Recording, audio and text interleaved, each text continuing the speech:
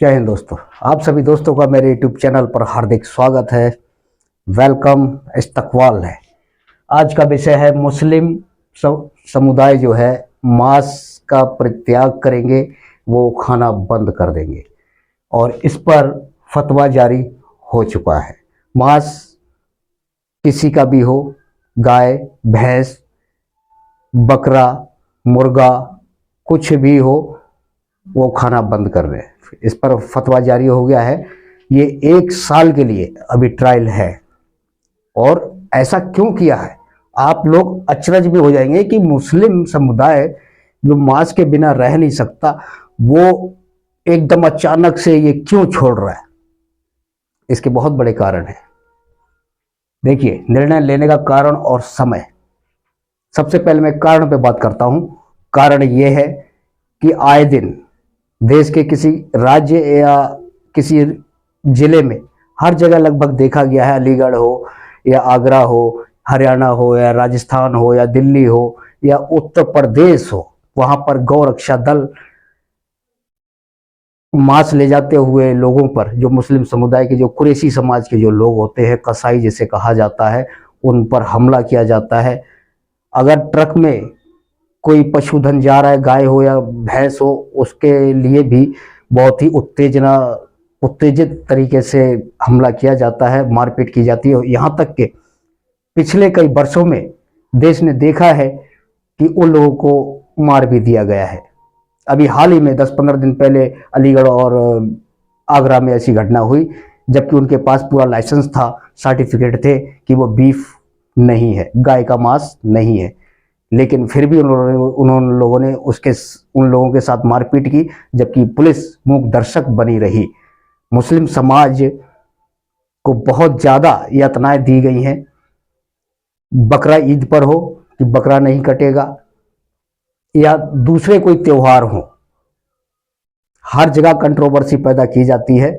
जबकि हिंदू धर्म के अंदर भी बकरों की बलि दी जाती है। वो कई ऐसे मंदिर हैं देश में जो कि आप सभी जानते हैं, मैं उस पर चर्चा नहीं करूंगा, क्योंकि हिंदू भाइयों का भी धर्म है, वो बलि चढ़ाते हैं। कामाख्या मंदिर है और तमिलनाडु में भी एक मंदिर है और नेपाल में भी एक मंदिर है। इस पर मैं चर्चा बाद में करूंगा, हो सकता है अगर वीडियो मेरा छोटा रहा तो।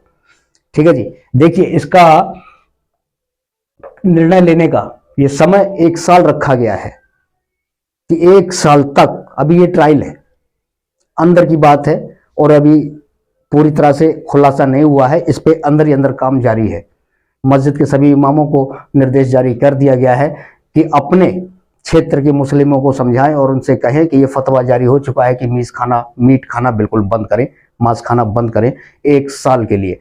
अगर 1 साल में इनके निर्णय के हिसाब से जो इनकी योजना थी मुस्लिम मौलानाओं की, उस योजना के हिसाब से अगर सब कुछ ठीक ठाक रहा तो इसको और बढ़ाया जा सकता है समय अवधि को।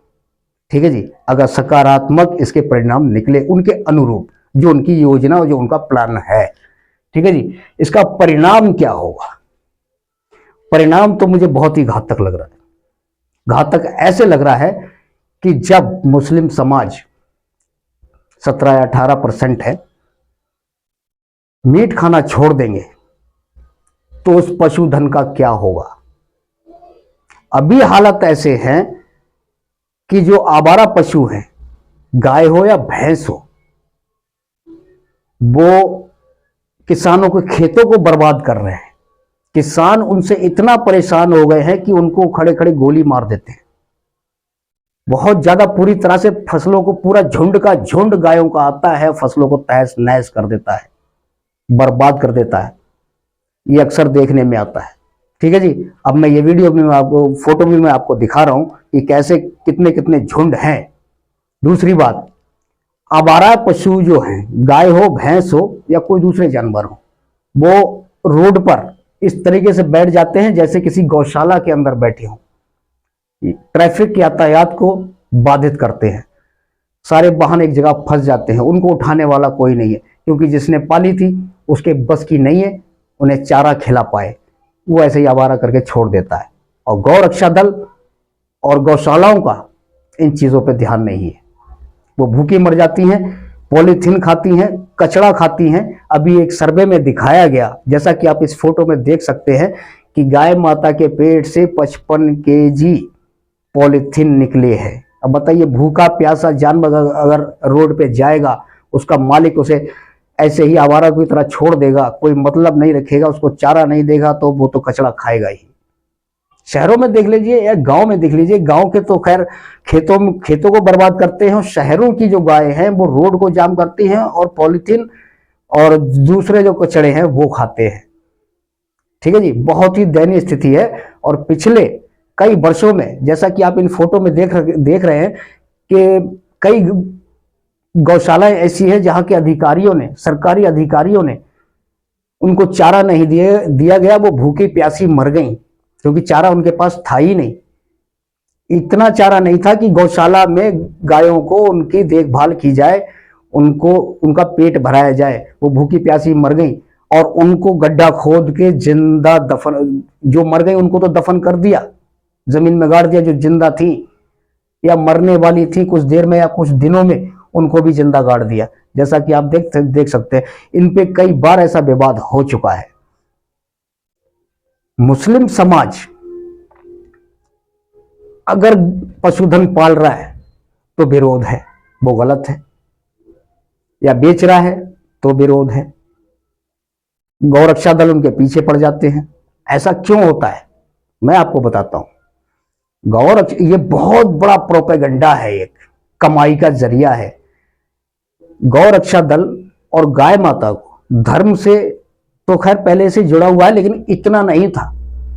अब सिर्फ इसलिए जोड़ा गया है कि इस मुद्दे को धर्म से जोड़ के और ज्यादा कंट्रोवर्सी पैदा की जाए, और जो बड़े जो लोग हैं ऊंचे लेवल के, उनको फायदा पहुंचाया जाए। गौरक्षा दल वाले उन गायों को उठाकर गौशाला में भेजते हैं, और गौशाला से ये जो बीफ कंपनियों के जो मालिक हैं, 10 बीफ कंपनियां हैं हमारे देश में।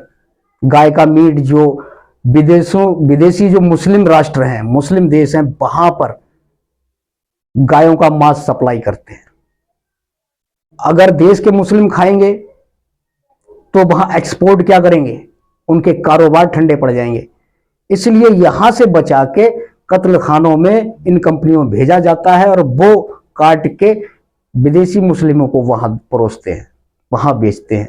पूरा देश जानता है, इस पे कंट्रोवर्सी हो चुकी है, न्यूज चैनलों में इस पे डिबेट हो चुकी है, लेकिन इस पे कोई कार्रवाई नहीं हो रही। इनका लाइसेंस कैंसिल नहीं हो रहा है, क्योंकि वहां एक्सपोर्ट कंपनियों के पास लाइसेंस है।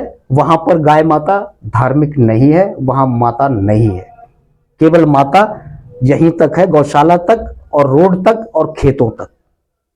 बीफ कंपनी के अंदर एंट्री करने के बाद गौ माता खत्म, गौ माता की वैल्यू नहीं। देखिए, मंदिर जहां जहां होती है बलि, नेपाल का गड़ीमाई मंदिर है, भारत का कामाख्या मंदिर है, और भारत का ही कल्लालगार मंदिर तमिलनाडु के अंदर है। यहां पशुओं की बलि दी जाती है। वहां जीव हत्या नहीं होती, जीव हत्या केवल बकरीद पर ही होती है। जीवों की रक्षा करना इंसान का परम धर्म है, अच्छी बात है, लेकिन ये दोहरी सोच क्यों, दोहरा रवैया क्यों? एक के लिए जीव हत्या और दूसरा करे तो वो बलि, वो धार्मिक है, जबकि बकरीद भी धार्मिक है। मैं कहता हूं कि ना बलि बकरीद पे हो, कुर्बानी हो, और ना इन मंदिरों में हो। जीने का सबको हक है, चाहे वो चींटी हो या हाथी हो, ईद ये बकरा हो या गाय हो, कोई भी जानवर हो, कोई भी पशु पक्षी हो, ऊपर वाले ने अगर पैदा किया है तो वो ही तय करेगा उसे जिंदा कब तक रहना है। इस दुनिया में, संसार के अंदर इंसान का कोई हक नहीं बनता कि किसी की बेजुबान की जिंदगी छीन ले अपने स्वार्थ के लिए, अपने धर्म के लिए। यहां इन कंपनियों में तो कोई धर्म है ही नहीं, ये तो सिर्फ पैसे के लिए है, क्योंकि ये कंपनियां राजनीतिक दलों को बहुत मोटा करोड़ों रुपए में चंदा देती हैं। इन पे आवाज कौन उठाएगा, इन पे उंगली कोई नहीं उठाएगा। ठीक है जी, अब बात करते हैं, दोबारा इस पर आते हैं कि ये जो है बीफ या मांस खाना छोड़ देंगे मुस्लिम, इसका परिणाम क्या होगा? 1 साल तक अगर परिणाम ये निकला कि गायों को या पशुधन के लिए अब चारा नहीं है, खेत बर्बाद हो रहे हैं। और अगर खेत बर्बाद नहीं भी हो रहे हैं, उनको एक सुरक्षित स्थान दिया गया पशुधन को घरों में या गौशाला के अंदर, तो उन्हें चारे की जरूरत पड़ेगी ही। शहरों में जो गाय रोड पे घूम रही है, पॉलीथीन जो खा रही है, उनको भी सुरक्षित स्थान दिया जाए और उनको चारा दिया जाए, मैं ये कहता हूं।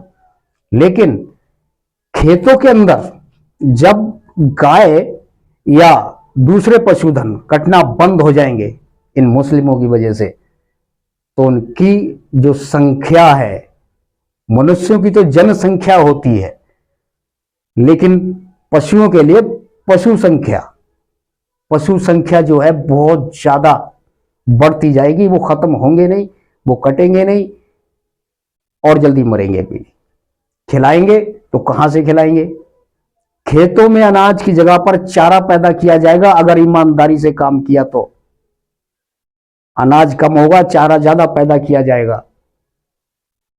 इनकी संख्या इतनी ज्यादा बढ़ेगी कि कंट्रोल करना मुश्किल हो जाएगा। और यही जो पंच है मुस्लिम उलेमाओं का कि अगर एक साल मांस खाना छोड़ दिया तो केंद्र सरकार और राज्य सरकारों को घुटने पर लाने का जो प्लान है वो यही है। एक साल तक अगर छोड़ दिया तो मुझे लगता है कि शायद ये प्लान कामयाब हो जाए, क्योंकि संख्या इतनी बढ़ जाएगी कि रोड पर ट्रैफिक नहीं, केवल गाय मिलेंगी।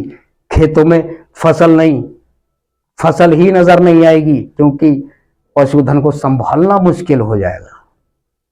ये मेन पॉइंट, ये पंच है। ये एक साल के लिए ट्रायल पे रखा गया है फतवा जारी करके। ये अंदर की बात है, क्योंकि अगर इसे शो कर दिया होता तो बवाल मच गया होता। क्योंकि इस बकरीद पर बहुत ज्यादा बवाल किया है कि बकरा जो है, जीव हत्या मत करो, केक काटो कुर्बानी के नाम पर। तो भैया यहां भी केक काटा जाए, यहां केक तो यहां पे भी कटना चाहिए। ये दोहरी नीति नहीं चलेगी। गोवा में गाय कटती है, वहां परमिशन मिलता है। विदेशी लोग आते हैं, वो कहते हैं हमें बीफ चाहिए। वहां की बीजेपी की सरकार ने कहा कि आपको बीफ की कमी नहीं होने दी जाएगी। वहां माता नहीं है, वहां यम्मी है। और यहां उत्तर भारत में माता है, लेकिन इन कंपनियों में उन माताओं को भेज दिया जाता है कत्ल करने के लिए, पैसा कमाने के लिए। कत्ल करने के लिए नहीं, पैसा कमाने के लिए। और इन गौरक्षा दलों को पैसा मिलता है, इनको काम पे रखा गया है कि आप इस तरीके से गाय या दूसरे पशुधन छीनिए इन लोगों से और छीन के हमारे पास भेजिए। इसमें एक संगीत सोम भी है। संगीत सोम जो हमारे पश्चिमी उत्तर प्रदेश के हैं, इनकी भी बीफ कंपनी है। और ये बार बार गौरक्षा की बात करते हैं, और इन्हीं के कत्ल खाने के अंदर गाय काटी जाती है। इसे क्या कहेंगे आप? इनके लिए तो मैं क्या कहूं, इनके लिए तो गाली भी एक छोटी चीज है। ठीक है जी, आज के लिए इतना ही। अगले फिर किसी वीडियो में देश के सौहार्द के लिए, देश के भाईचारे के लिए, देश की रक्षा के लिए फिर मैं एक वीडियो लेके आने वाला हूं। कृपया करके उसे देखना ना भूलें। इसके लिए आप सब्सक्राइब करें, लाइक करें, बेल आइकन को दबाना ना भूलें। जय हिंद,